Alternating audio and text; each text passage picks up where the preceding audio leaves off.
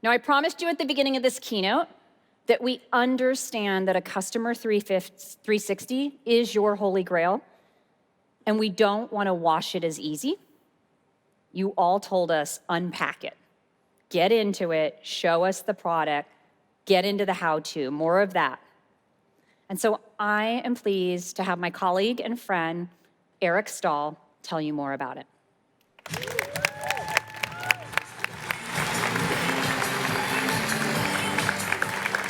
All right, thank you, Stephanie. Now think about it. Think about the apps you use every day. Think about Amazon. It doesn't start on the website or in the mobile app. It often starts with a targeted ad in your Facebook or Instagram feed based on what you've bought in the past. You click through, you're getting amazing recommendations, you buy a product, you get an email, they send you an SMS when it's shipped or been delivered. And if there's a problem or you need to return something, service is built right into that experience. It's one continuous experience. That is what makes Amazon amazing. Think about Starbucks. I came in this morning. I saw those lines at Starbucks. I pulled out my app. They know what I like. They know where I like to get it. Put that order in, skip that line, grab my coffee, and I'm on my way.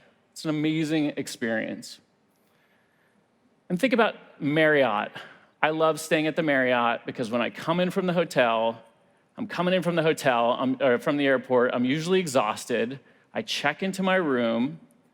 I can use my phone to unlock my door. And if I have a problem, they've built two-way conversational service right into that application. So you can request a toothbrush if you happen to forget one at home, and they'll send one up to your room. That's awesome, right? You know what I'm talking about. Happened to all of us. Now, is this marketing? Is it commerce? Is it sales? Is it service? I don't know. I don't care. It's that continuous engagement that makes it amazing. But I have to admit, I am a marketer. I am a 20-year career marketer in the trenches with many of you who know how hard it is to deliver on these kinds of applications. Right? Think about the mountain we all have to climb every day. You're like, yeah, that's great. They built that with an army of engineers. I have to bring forward decades of legacy infrastructure.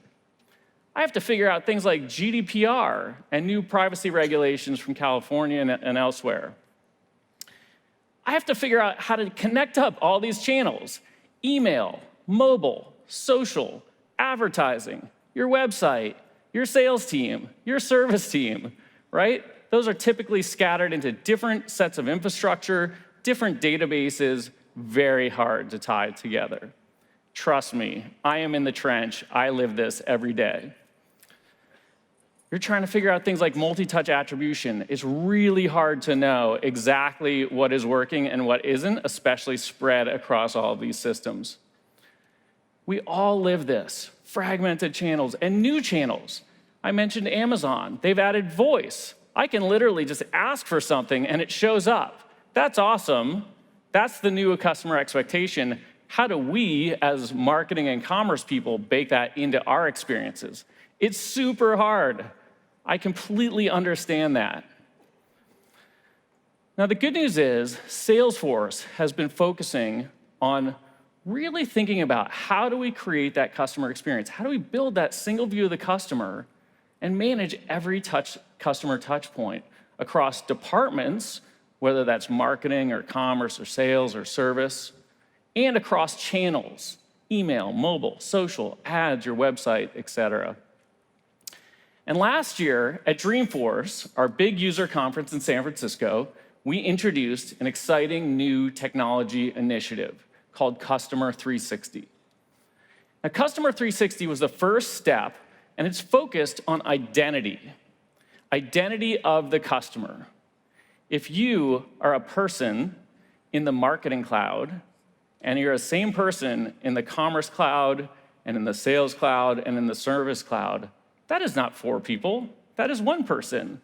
And by giving them a unique ID, And leveraging our new customer resolution engine, we're able to help you figure out that that is one person so we can engage you accordingly. Sounds simple. It's actually a pretty complicated problem. We're really excited about that. That will be GA this November, so keep an eye out for that. Now that's great. That opened up some new use cases and made it easier to implement things like service for commerce. So if a service agent is in the Service Cloud, they can see all the order detail history from the Commerce Cloud. Great. They can figure out the problem faster, and they can give that customer a better experience. Well, I'm excited to announce that you have pushed us farther, and we are rolling out a major new product. Ladies and gentlemen, I'm so excited to announce that we're introducing a full-blown customer data platform into the world's #1 CRM. Now, a lot of you have been asking us, that's great that you have a hub that can route that data and those events, but I want to bring together all of my customer data into one place. I need a consumer-scale data platform. You also want to be able to do powerful segmentation and activation of those audiences.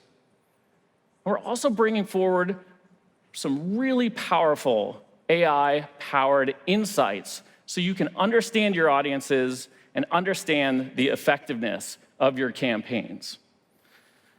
Now, this has been a basketball-themed keynote so far, which was not planned, but one of our design partners for Customer 360 and the customer data platform within it is the Indiana Pacers. They want to figure out how to leverage all their different systems, all of their data, to do better fan engagement, to ultimately sell more tickets and merchandise. They are a business, after all. Let's take a look at how the Pacers are doing this.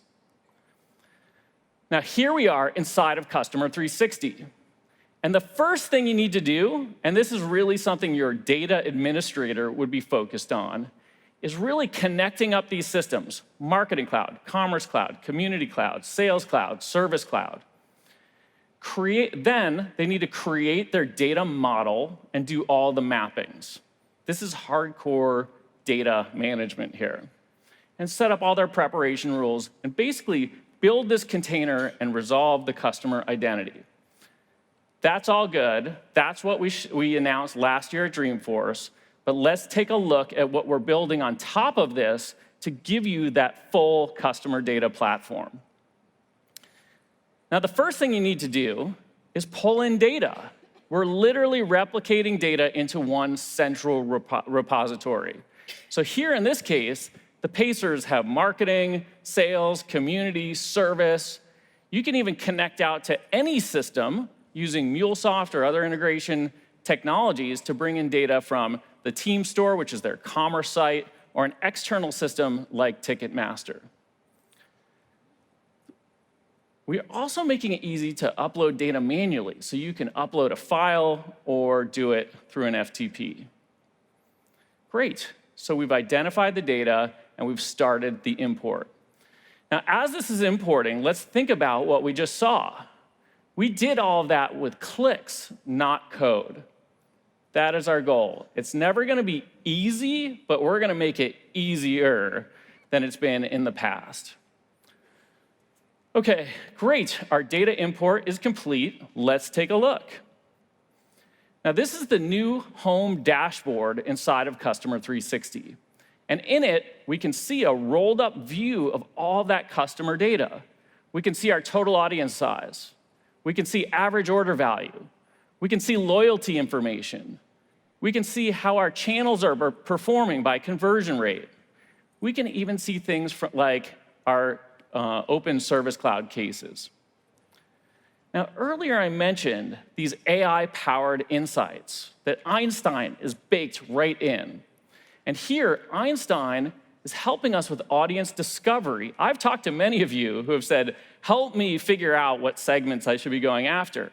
And here, Einstein is saying, if we build this segment, with these attributes, we should get about 125,000 fans that should get about a 12% conversion rate. That sounds pretty great. Let's check that out. Now, what you're seeing here are the new segmentation tools built right into Customer 360. Now, Einstein's pre-configured this segment, so here you can see the attributes that we've already dragged in there. But I, as a marketer, want to tweak this. I want to add another attribute. I want to say all past season ticket holders who have not bought a season ticket this year, I want to add them to this audience. So let's go ahead and do that. Here we can see we now have that attribute, and let's refresh that audience size. Now we've taken that from 125,000 to 75,000 fans, but it's a much more targeted audience, so we should be able to get even better engagement. Great, so we brought our data in, we looked at that dashboard, we created a segment. Now we want to publish that segment. We want to activate it across these different channels.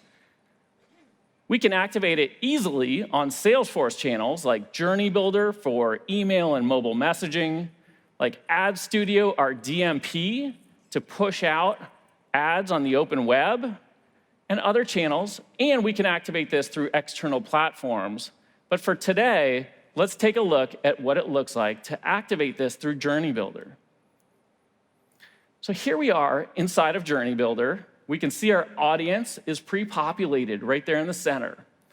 And we're going to send this audience through this journey where we have all kinds of branching logic and engagement splits and wait times where we can create the journey for them to receive emails, in-app push notifications, SMS messages. We can even add people to or remove them from an advertising audience right here inside of Journey Builder. So this one's baked, it's ready to go. Let's go ahead and activate that journey. And what you'll see is that all of our super fans in that audience will suddenly get that ad here in Instagram. They'll get a push notification into the Pacers mobile app, and they'll get a hyper-personalized email delivered right into their inbox. This is what we mean by building a 360-degree view of your customer so that you can drive insights and engagement across every possible touch point. Now, I was barely able to scratch the surface today.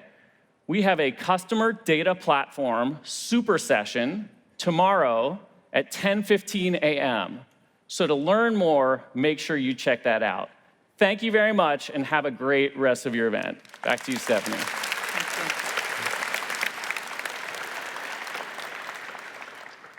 All right, we went a little deep there, but you asked for it. You all said, we want you to show us how we're instrumenting this Customer 360 and the path to get there. Now, Eric shared a little bit about the Pacers in particular, and I'm really thankful because we have Rick Fuston. Come on up, Rick. Rick is the president and COO of Pacer Sports Entertainment. Thank you. Thank you. Good day. Thank you. Thank you. Appreciate you being here. Now, Eric just showed us the Pacers, but I have learned you've got a much bigger gig than just the Pacers. You've got multiple teams across multiple geographies. Tell us, that's complex. How are you dealing with the fan experience across all of that? A little bit like you all, we have grown. I'm a 35-year veteran of the Pacer Group. And so when I started, we were just a basketball team. But today in our stable, we have 6 teams in 3 different sports. We have the men's team in the NBA, we have the women's team in the WNBA, the soccer team, a baseball team. We even have a 2K G League and a G League team and a 2K, which is our digital team as well. So it's significantly different than it was 35 years ago and continues to change every day. And what we have had to do is have a transformation. Like this 66-year-old man who has had to, as a leader, has had to have a transformation in letting young people and people who are a lot smarter than I am to do We're this both work. up here to attest for that. Exactly right. So we have had a transformation where it's just not putting on the uniform and opening the doors to our arena or to our stadium in Reno. It's about knowing who our customer is so that we can optimize that personalization so that we can make sure they get what they want when they get it. And just as soon as they do, we know how happy they are and that they will be our customer for a long time.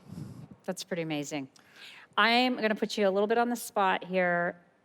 You had a lot of choices on vendors. You had a lot of different tools and technologies. Why Salesforce? Well, I don't honestly think we had a lot of choices.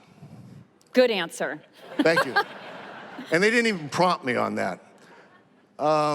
As I look at the data that you show, the trajectory that you have had over your 20 years, that's the kind of group that we want to be with. And the believability, the trustworthiness, the innovation, and the people that you have that have told us they will and then have made it the right decision for us. So from the get-go, we said they are correct, they are the right ones, we can grow with them. And that's the choice we made, and it was the right one. That's awesome. We want that for everyone every day. So that's amazing. Tell us what's next. What can we see? Well, what's next is to be like Toronto and win an NBA championship. So, if Einstein can help us with that, we'd really be very appreciative. But we'll see where it goes. Really, we have a great partnership with Salesforce, and I think the ultimate situation that we want to see is really by 2021, when we will, in Indianapolis, host the NBA All-Star Game. It's a worldwide event, and we want to make sure that through our partnership with Salesforce, that we offer the ultimate fan experience for this worldwide event, and we think that's what's next for our partnership. Oh, we're excited for the path there together with you. Thank you so much for your business and everything that we do together. Thank you very much. Big Appreciate round of applause.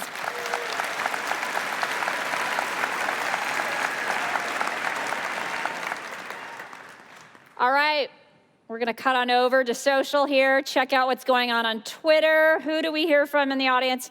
We got Matt Day, and Matt is giving us, I'm not going to read word for word. All right, Matt says he's happy about the scale that we're delivering on. I love the 24 hours in the day of life of Salesforce. I think it crystallizes for people really the number of interactions we're all powering here together. So Matt, I'm glad you're a fan. I'm a fan. Thank you.